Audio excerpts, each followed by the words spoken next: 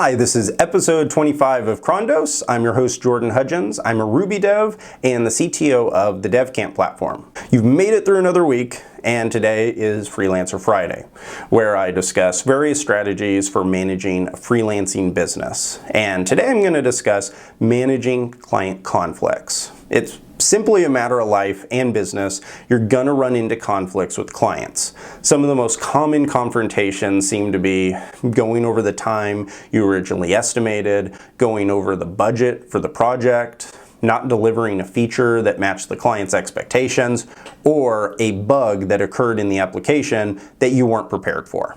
None of these are fun to work through, and most of them can be avoided if the proper care is taken at each stage of the project management and development process.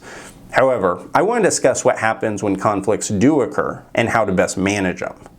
First and foremost, do not let emotions take over. This is probably one of the hardest ones for me because I love what I do, and when bad things happen on a project, my first response is to get defensive, which is one of the worst responses you can possibly have. So when I see an angry message come through from a client, or I take a phone call, and the first thing I do is I make sure that before I respond, I sit back and I try to look at the situation from the client's perspective. It's pretty rare that a client will get upset for no reason. The majority of the people are rational and they prefer to stay away from confrontation. So if a client's mad, there's probably a legitimate reason for it. Therefore, the first step I take is pretending that I'm the client. And then I feel like I can give a better response from that perspective. If a project went over budget and I'm imagining I'm the client, I can understand why they're not happy, because I don't personally like spending money on something more than I was originally told I would have to.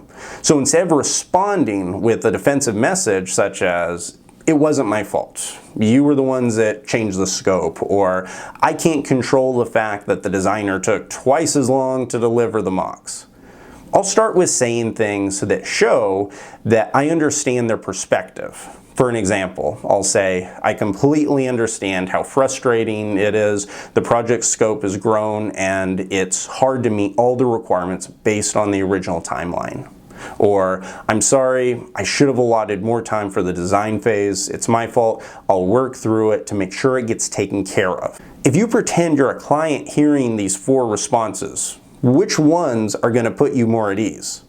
The ones where I was defensive and tried to blame everyone else, or the ones where I took responsibility for the project and gave a calm, understanding reply back? The easy thing to do in a confrontation is to become defensive or respond back aggressively. That's natural for a lot of people. However, neither of those approaches will fix the issue, and they'll most likely make things worse and escalate them. Your first goal when a conflict arises between yourself and a client should be to see if you can see the issue from their perspective.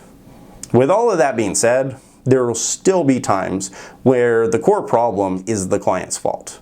They may be very bad at stating project requirements, or they may simply be a poor communicator. I once had a client who hired me a few years ago and asked me to build an application, and all they did was give me about 4 to 5 screenshots from another website, and then they completely disappeared. I did my best to build what I guessed they wanted, and I sent daily updates to them, kept them completely aware of everything that was going on.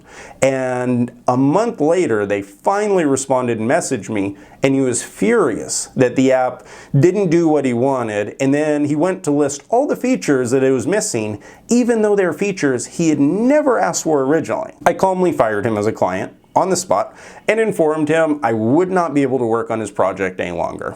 I didn't raise my voice. I didn't explain how he gave me little or no guidance in building the app, but I knew it wasn't the type of client I could work for effectively. I hope this has been a good set of instructions and tips for how you can manage conflict with your clients.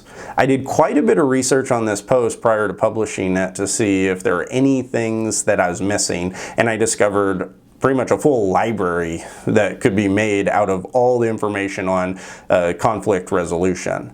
There are discussions about personality types and more acronyms than I could even list here. But what I published here is actually what I've used practically throughout the years, and it's really worked well for me through a number of challenging situations and a number of different client personality types. So I'm confident it'll work well for you and for your clients.